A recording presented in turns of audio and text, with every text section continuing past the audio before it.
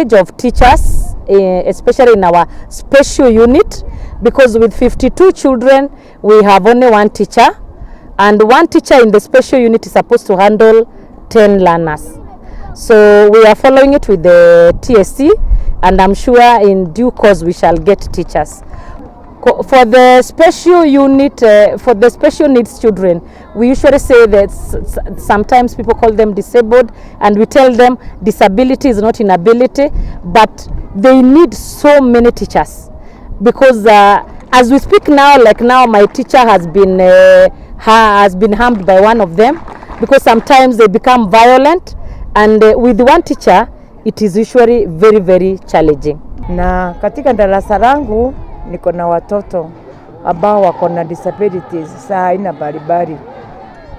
Wengi wao hawatembei vizuri, wengi wao wako na shinda mbalimbali, wengi wao hata wako na magonjwa ambayo ingine hata na shindo hata kuwaketa for, lakini tunajaribu kila niwezavyo ndio niweze kuweka kila mtoto akiwa comfortable katika hilo darasa letu la SNE.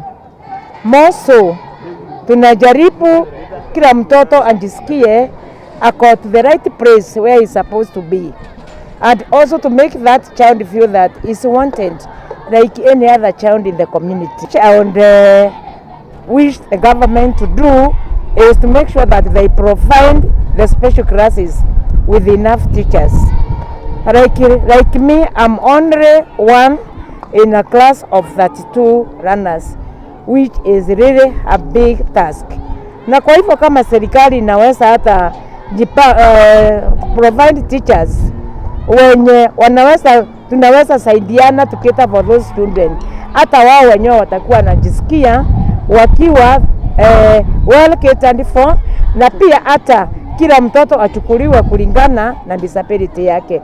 Sababu sasa kuna wengine kama wa physiotherapy, kuna kama mwalimu ni mmoja